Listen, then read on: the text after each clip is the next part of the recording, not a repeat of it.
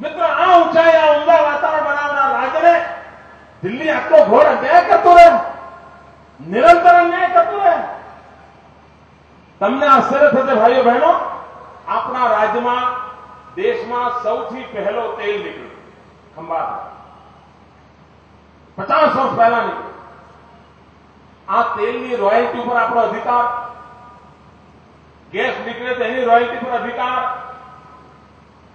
જ્યાં સુધી દિલ્હીમાં કોંગ્રેસની સરકાર હતી આપણી રોયલ્ટીનો પ્રશ્ન ઉકેલ્યો નહીં. બિલકુલ ચણા મમરાના ભાવે આપણું આ ઓઇલને ગેસના બધું લઈ ગયા 50 વર્ષ સુધી.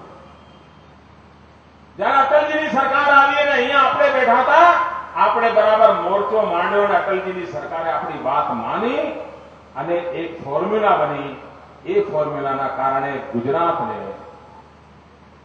ઓઇલની રોયલ્ટી પેટે, ગેસની રોયલ્ટી પેટે લગભગ 800 કરોડ રૂપિયા વર્ષે મળવા માંડ્યા. મિત્રો અટલજીના કારણે 800 કરોડ રૂપિયા. મિત્રો ગુજરાતના એક મંત્રી પેટ્રોલિયમ મિનિસ્ટર બન્યા. દિલ્હીમાં અમારા ભાઈઓની સરકાર આવી અને એમને થવા માંડ્યું કે આ મોદી 800 કરોડ લઈ જાય છે. તમને જાણીને આઘાત થશે મિત્રો, રાતોરાત કોઈને પૂછ્યા વિના એમણે 800 કરોડ રૂપિયા આપવાનું બંધ કરી દીધું, તાળા મારી દીધા. અને જ્યારે અટલજીની સરકાર પહેલા જેટલા આપતા હતા એના ઘણો ઓછા કરી નાખ્યા. કેમ ભાઈ? સ્વતલા તલવાણીનો ખેલ ચાલે છે. ગુજરાત તમારું રાજ્ય નથી, તમારી સરકાર નથી, તમારી પાર્ટી નથી, એટલા માટે તમે ગુજરાતને રહેશે નાખો. દિલ્હીની સલ્તનત સમજી લે. 1 કરોડ રોયલ્ટીના મુદ્દા પર હું દિલ્હીની સામે ફરી મોરચો માંડીશ અને હું દિલ્હીને ઝુકાવીને રહીશ. દોસ્તો, ગુજરાતના સામાન્ય માનવીના અધિકારની આ વાત છે. ગુજરાતના સામાન્ય માનવીને મળેલો અધિકાર છે. અને શ્રીમાન દિનશા પટેલ, તમે મંત્રી છો એના, ગુજરાત સામે થતા અન્યાયની સામે તાકાત હોય તો તમારું મોં ખોલીને જરા ઉભા રહો. મિત્રો 3 મહિનાથી હું રજૂઆત કરી રહ્યો છું અને હવે હું વિધાનસભાની અંદર ઠરાવ લાવવાનો. દિલ્હીની સરકાર સામે મોરચો માંડવાનો આ વિધાનસભાના સત્રની અંદર ઠરાવ લાવો. કયા કારણસર તમે માંડ્યું છે? અને હજુ સમય છે, હજુ ચર્ચા અમે સોમવાર, મંગળવાર, બુધવારે કરવાના છીએ. હજુ સાંજમાં સમજીને ઠેકાણું કરો તો વિધાનસભામાં હું હરખી વાત કરીને વાત પૂરી કરી દેવા તૈયાર છું. મારા રાજ્યનું ભલું થતું હોય મારે કઈ તમારે જોડે સિંગડા ભરવાની જરૂર નથી. પણ જો મારા રાજ્યનું નુકસાન થયું તો દિલ્હીને જવાબ આપવો પડશે. અમે કોઈની કૃપા ઉપર જીવતા નથી. મિત્રો, આ દિલ્હી વર્ષે 50,000 કરોડ રૂપિયા ગુજરાતમાંથી કરવેરામાં લઈ જાય છે. એ રૂપિયા રાખો, વાંધો નહીં, પણ રૂપિયાનું કર્યું શું હિસાબ તો આપો. શું ગુજરાતની જનતાનો, ગુજરાતના પૈસાનો હિસાબ માંગવાનો અધિકાર છે કે નહીં? તમારે બિહારને આપવો હોય તો આપો, મને વાંધો નથી. તમારે તમિલનાડુને આપવો હોય તો આપો, મને વાંધો નથી.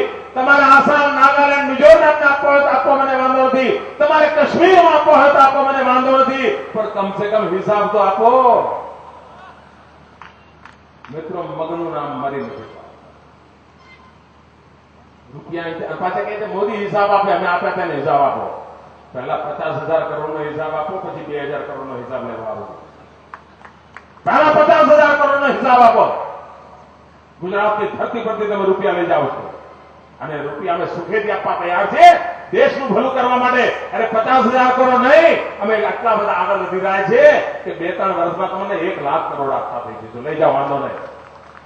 પણ તમે ક્યાં વાપરો છો એનો જવાબ તો તમારે ગુજરાત આપો. માહિતી આપવી જ પડશે તમારે. ભાઈઓ બહેનો, આ પ્રકારની દિલ્હી જે પ્રવૃત્તિ છે, ક્યારેય મિત્રો કોઈની પણ સરકાર હોય રાજ્યો સાથે આવું બાખડવાનું કોઈ નથી કરતું. દિલ્હીમાં અમારી સરકાર હતી, અમે કોઈ દિવસ કોમ્યુનિસ્ટ સરકારને હેરાન નથી કરી, અમે કોંગ્રેસની સરકારને હેરાન નથી કરી. પરંતુ આ જે પ્રકારની પ્રવૃત્તિ ચાલે અને ગુજરાત જેવું રાજ્ય જે વિકાસની ઊંચાઈઓ કરે છે એના કારણે દેશનું ભલું થઈ રહ્યું છે.